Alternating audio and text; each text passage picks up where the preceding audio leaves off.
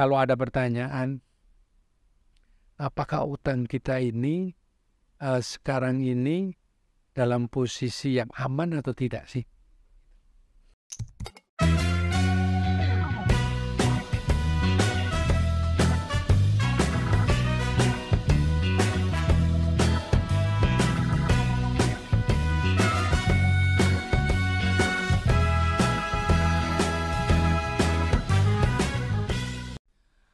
Pak Minto, kemudian Pak Minto menjadi eselon 1 nih dalam usia yang masih sangat muda.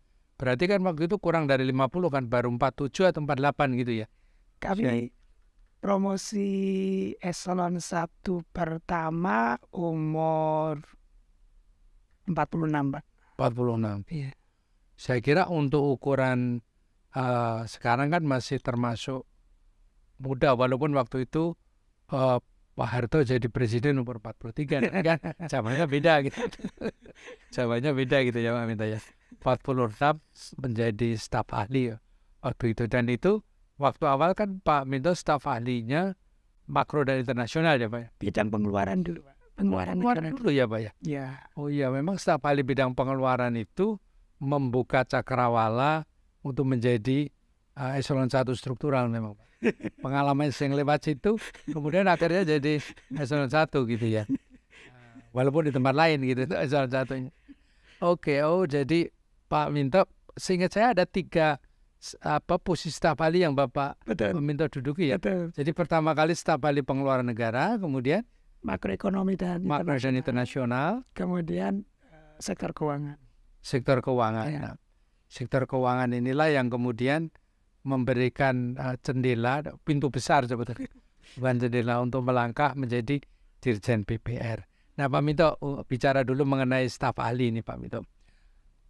Pak Minto, untuk staf ahli yang berkaitan dengan masalah-masalah keuangan dan internasional, nampaknya ini passion Pak Minto kan kembali lagi muncul ini.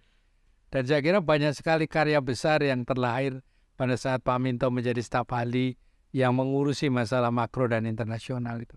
Bisa sharing Pak, milestone penting Pak. Ya, saya kira saya cukup bersyukur mendapatkan kesempatan assignment sebagai staf ahli makroekonomi dan kerjasama atau keuangan internasional, di mana melalui portofolio itu banyak sekali penugasan di Ban, termasuk sebagai deputi G20, kemudian sebagai governor IFAD ya banyak. International Fund for Agricultural Development, dan sekaligus pada waktu itu berkesempatan sebagai chairman dari Governing Council Bureau. Jadi ketua kelasnya para gubernur IFAD lah gitu. Itu kan di Paris ya ya? Di Roma Pak. Di Roma ya? Di Roma. Ya, kemudian juga berkesempatan untuk menjadi Executive Director dari AIIB, ASEAN Infrastructure Investment Bank. Itu yang di Cina ya Pak? Yang di Cina Pak, yang di Cina. Demikian juga terlibat dalam forum-forum yang lain, termasuk APEC, ASEAN Plus 3, dan berbagai fora kerjasama internasional. Jadi cukup memberikan exposure dan pengalaman internasional yang luar biasa, berinteraksi dengan berbagai lembaga internasional, mengasah kapasitas, membangun jejaring yang tentunya sangat bermanfaat bagi personal maupun bagi organisasi. Iya, saya kira kalau kita melihat detailnya satu persatu, itu catatan emasnya banyak sekali tuh Pak Minto ya. Mudah-mudahan ini bisa menjadi inspirasi anak-anak muda di Kementerian Keuangan, karena bekerja keras, all out gitu ya, bekerja dengan hati ya Pak ya, ikhlas, apapun yang ditugaskan itu usahakan untuk melakukannya dengan penuh keikhlasan gitu ya Pak. Betul. Itu saya kira menjadi kunci yang luar biasa. Nah, pada saat Pak Minto kemudian untuk tugas terakhir sebelum menjadi dirjen, untuk hal-hal yang berurusan dengan sektor keuangan ya Pak ya, financial ini, ada beberapa milestone juga ya Pak ya, yang Bapak di situ Oh, di antaranya kan Pak Minto juga menjadi sekretaris Next ya. KSSK, Pak. Oh, KSSK ya. Komite Stabilitas Sistem KSK ya, betul, KSK dulu, karena KSK ini kan sebetulnya merupakan dapur. Belum banyak yang tahu bahwa setiap bulan itu ada pembicaraan yang serius ya Pak ya, tentang menilai kinerja ekonomi secara makro, tetapi juga ekonomi secara mikro dalam konteks finansial. Semua aktor terlibat ya Pak ya, dilihat oleh Kementerian Keuangan, tapi BI juga ada di situ, OJK ada di situ, LPS juga ada di situ ya Pak ya. Nah, dari tugas-tugas Anda yang ada itu Pak, pada saat ngurusin ini yang paling berkesan di mana Pak? Ya, tentu yang pertama sebagai staf ahli bidang jasa keuangan dan pasar modal, sekaligus secara ex officio menjadi sekretaris Komite Stabilitas Sistem Keuangan yang membantu tugas-tugas KSSK yang beranggotakan Menteri Keuangan, Gubernur Bank Indonesia, Ketua Dewan Komisioner OJK, dan Ketua Dewan Komisioner LPS. Tugas yang sangat penting dalam memelihara stabilitas sistem keuangan kita, sangat intensif dalam melakukan surveillance, pemantauan, pemeliharaan stabilitas sistem keuangan kita, pengalaman yang sangat khusus dalam melayani 4 pimpinan lembaga penting secara langsung. Kemudian juga milestone yang sangat penting adalah menyiapkan RUU P2SK, rancangan undang-undang pengembangan dan penguatan sektor keuangan yang alhamdulillah dalam beberapa bulan terakhir di akhir 2022 ini kita lakukan pembahasannya bersama DPR, karena itu merupakan RUU inisiatif DPR dan beberapa waktu yang lalu sudah disahkan ya undang-undang dalam sidang paripurna, dan tentunya selanjutnya untuk disahkan oleh Presiden menjadi undang-undang. Satu milestone reformasi sektor keuangan yang luar biasa Pak, karena ini dengan menggunakan format Omnibus Law, sekitar 17 undang-undang di sektor keuangan diamen melalui satu undang-undang ini, baik undang-undang yang terkait dengan otoritas seperti undang-undang BI, undang-undang OJK, undang-undang LPS, hingga berbagai undang-undang sektoral di industri jasa keuangan seperti undang-undang perbankan, undang-undang perbankan syariah, undang-undang pasar modal, undang-undang perasuransian, undang-undang dana pensiun, dan seterusnya. In total 17 undang-undang reformasi yang luar biasa. Luar biasa. Dan Pak Minto pada saat itu juga ditugasi sebagai anggota DJSN dari Kementerian Keuangan ya Pak ya? Ya, kami sebagai anggota Dewan Jaminan Sosial Nasional sejak 2019. Oh, berarti dari staf ahli pertama ya Pak? Ya, sejak staf makro ya Pak? Staf ahli pengeluaran negara. Pengeluaran negara memang ya. Saya dulu juga pernah di situ awal-awal pada saat jadi staf ahli itu Pak. Ya, pengeluaran negara. Betul. Memang itu domain tugas itu. Betul. Dan saya kira ini pengalaman yang luar biasa ini Pak Minto. Jarang sekali pejabat Kementerian Keuangan mendapatkan kesempatan untuk menjalankan berbagai tugas yang sangat strategis itu, dan Pak Minto sudah menjalankan itu dengan penuh amanah ya Pak ya. Insyaallah, mohon doanya. Akhirnya Pak Minto dipercaya menjadi Dirjen BPN. Tentunya pengalaman di masa Eselon 2, Pak Minto juga pernah di sini. Pada saat Eselon 1 juga syarat sekali dengan berbagai komunitas internasional dan pembiayaan internasional. Pak Minto waktu ditari ditanyain dulu mau enggak gitu atau langsung ditugaskan? Sulit menjawabnya. Wis pokoknya kamu ke sana ya. Ya karena pernah pada masa sebelumnya terjadi perputaran 4 atau 5 Eselon 1 itu ya. Yang sebelumnya waktu zaman Pak Isa segala macam itu kan diputar betul kan itu kan. Ya. Nah kalau ini kan ya diputar cuma 2 ya Pak ya. 3 Pak. 1 Pak Luki, Pak Minto, Pak Prima ya. Ya, betul. Jadi waktu Pak Minto mendapat penugasan pertama itu apa Pak yang apa ada di benak Pak Minto gitu ya.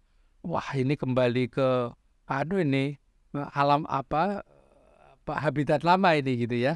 Atau ada sebuah keterkejutan gitu Pak. Gimana Pak? Ya, bismillah Pak, dengan penugasan ataupun assignment yang baru. Tentu assignment yang baru selalu memberikan excitement ya Pak ya. Meskipun sebelumnya sudah berada di unit ini, tapi tentu unit ini, organisasi ini terus berkembang, selalu ada yang baru, selalu ada inovasi baru. Tentu kami pun harus membangun learning curve baru, dan tentu kami terus harus mengembangkan gagasan-gagasan baru, ide-ide baru, inovasi-inovasi baru untuk menjadikan organisasi ini terus lebih maju ke depan dan dapat merespon seluruh perkembangan yang ada Pak. Pak Minto kalau melihat kondisi dan situasi sekarang Pak ya, dulu organisasi ini kan dari title-nya kan memang fokus ngurusi masalah manajemen utang. Bahkan dulu namanya pun kan Direktorat Pengelolaan Utang.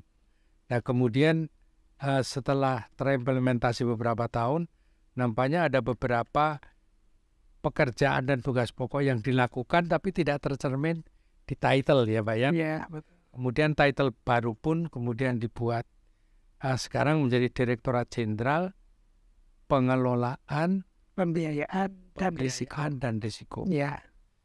Jadi lebih luas coverage-nya karena kalau kita bicara pembiayaan bukan saja utang ya, tapi ada sumber-sumber yang lain.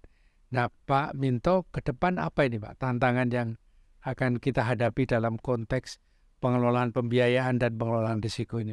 Ya, jadi tadi evolusi dari Direktorat Jenderal Pengelolaan Utang menjadi Direktorat Jenderal Pengelolaan Pembiayaan dan Risiko tadi, yang pertama tentu merepresentasikan mandat yang lebih luas, yakni kita mengembangkan pembiayaan, tidak sekedar utang, termasuk di dalamnya adalah kreatif dan inovatif financing. Maka di Direktorat Jenderal Pengelolaan Pembiayaan dan Risiko ada Direktorat Jenderal Dukungan Pemerintah dan Pembiayaan Infrastruktur. Di antaranya adalah kita mengembangkan Public Private Partnership atau KPPU, kerjasama pemerintah dan badan usaha. Ini adalah merupakan upaya melibatkan private sector dalam pembiayaan pembangunan, khususnya pembangunan infrastruktur. Demikian juga berbagai bentuk dukungan pemerintah kita berikan, misalnya penjaminan ya pemerintah untuk pembiayaan infrastruktur. Sehingga di sini Pak, salah satu kunci yang sedang kita kembangkan dan terus kita kembangkan adalah creative financing, innovative financing. Ya di situ ada public private partnership, ada blended financing dan seterusnya. Kemudian yang kedua adalah sisi risiko keuangan negara. Ya, maka di sini kita juga mengestablish Direktorat Pengelolaan Risiko Keuangan Negara. Ya, jadi bahwa tidak hanya fiskal tetapi juga keuangan negara, ya itu tentunya embedded di dalamnya adalah risiko yang perlu dikelola dan dimitigasi. Dan di sini di Direktorat Jenderal Pengelolaan dan Risiko itu kita manage dengan sebaik-baiknya, baik itu yang terkait dengan risiko APBN, risiko sektor keuangan, risiko makroekonomi, risiko hukum dan sebagainya. Itu keseluruhan elemen dari risiko keuangan negara itu kita kelola dan kita mitigasi dengan baik. Dan tentu sekali lagi ke depan tantangan kita tentu yang pertama adalah merespon keseluruhan dinamika perekonomian dan keuangan global maupun domestik yang harus kita respon dengan baik dengan policy responses yang sound dan tepat.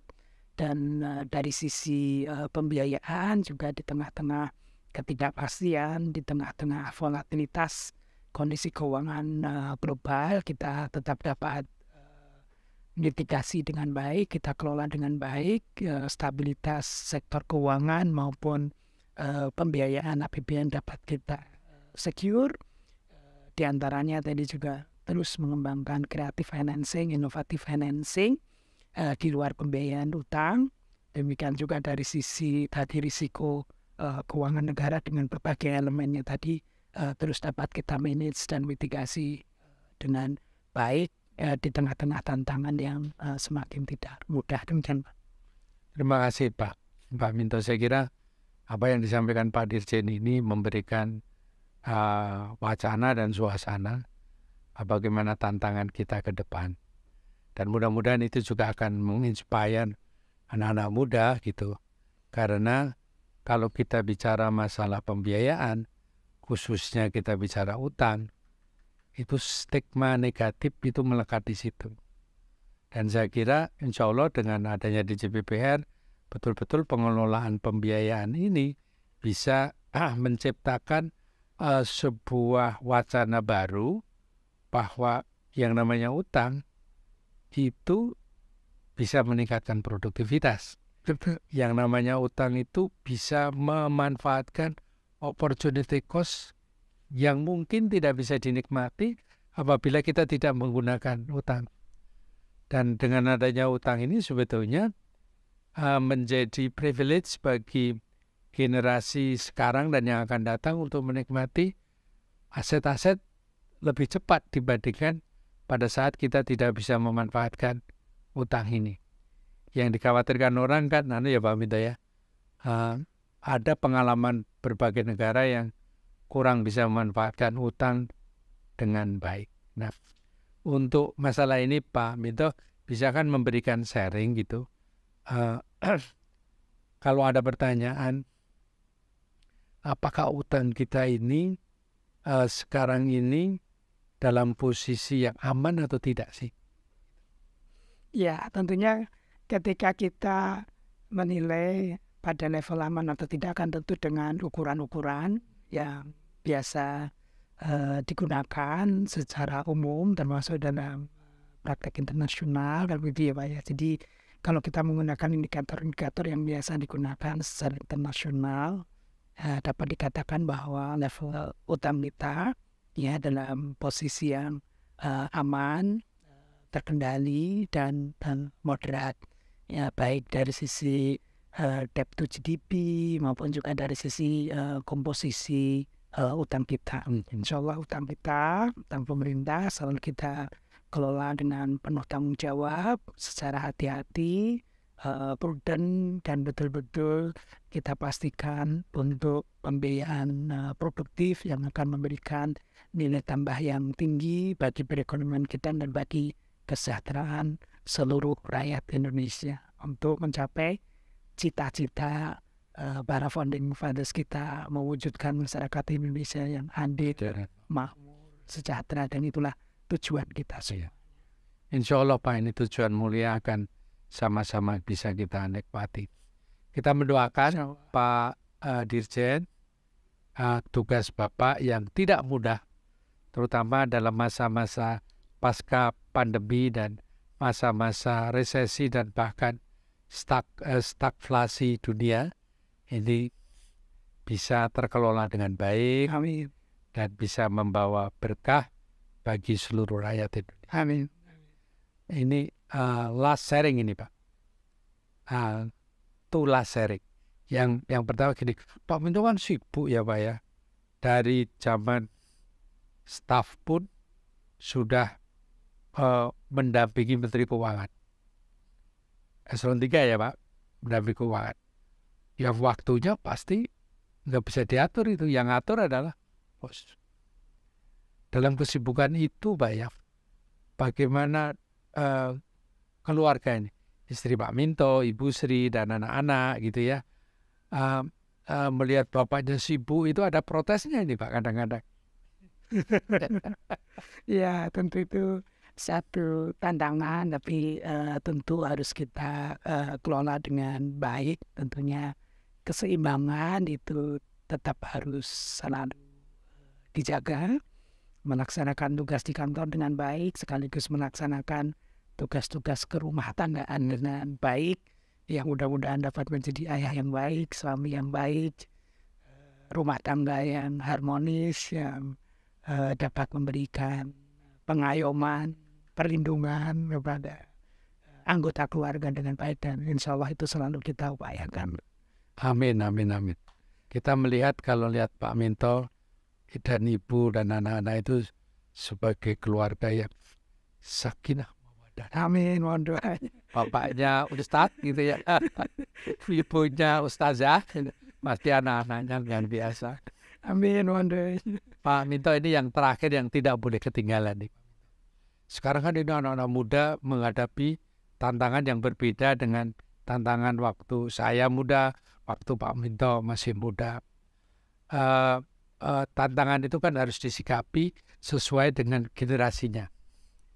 Nah, berdasarkan pengalaman Pak Minto, ini sekarang Pak Minto kan eselon 1 paling muda kan sekarang. Ada saran, nasihat gitu ya? Ada pesan bagi generasi muda, khususnya generasi muda Kementerian Keuangan Pak, untuk meniti karier lebih baik dan insya Allah sukses seperti Pak Suminto. Saya kira yang penting selalu mencari dan menemukan ruang aktualisasi diri yang baik.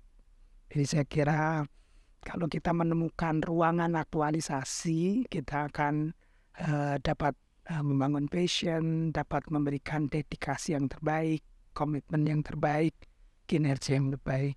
Dan saya kira assignment apapun yang diberikan pada kita, hendaknya itu kita lihat sebagai ruang aktualisasi bagi kita, sehingga betul-betul kita terpanggil untuk dapat melaksanakan tugas itu dengan sebaik-baiknya dan memberikan yang terbaik bagi organisasi. Insya Allah. Terima kasih Pak Suminto Sekarya. Ini merupakan nasihat yang sangat bijak. Terkandung di dalamnya wisdom yang dalam. Karena anak-anak muda sekarang ini kan biasanya masih mencari bentuk, mencari contoh, mencari panduan. Dan insya Allah pengalaman Pak Minto dari masa sekolah, kuliah, sampai dengan Dharma Bakti untuk Kementerian Keuangan ini menjadi inspirasi yang sangat penting bagi anak-anak muda kita. Terima kasih Pak Minto. Kami semua mendoakan Bapak selalu sehat dan dalam ridho Allah Subhanahu wa Ta'ala di dalam membawa DCPPR ke depan. Saya kira ke depan tantangannya tidak lebih mudah dari masa selanjutnya. Amin. Insya Allah sukses Pak Minto. Terima kasih. Terima kasih, Maestro. Terima kasih. Sobat, demikian bincang-bincang saya dengan Pak Suminto PhD, Dirjen PPR Kementerian Keuangan. Saya kira banyak sekali tacit knowledge, pengalaman beliau di dalam proses mengembangkan diri, sekolah, kuliah, mendharma baktikan pikiran, ekspertisnya untuk bangsa dan negara. Mudah-mudahan semua pengalaman yang di-share kepada kita semua, terutama pada Anda, anak-anak muda generasi Kementerian Keuangan, bisa menjadikan modal dan inspirasi untuk pengembangan diri ke depan. Terima kasih atas perhatiannya. Sampai jumpa pada episode berikutnya. The Maestro Media, para maestro berbagi info.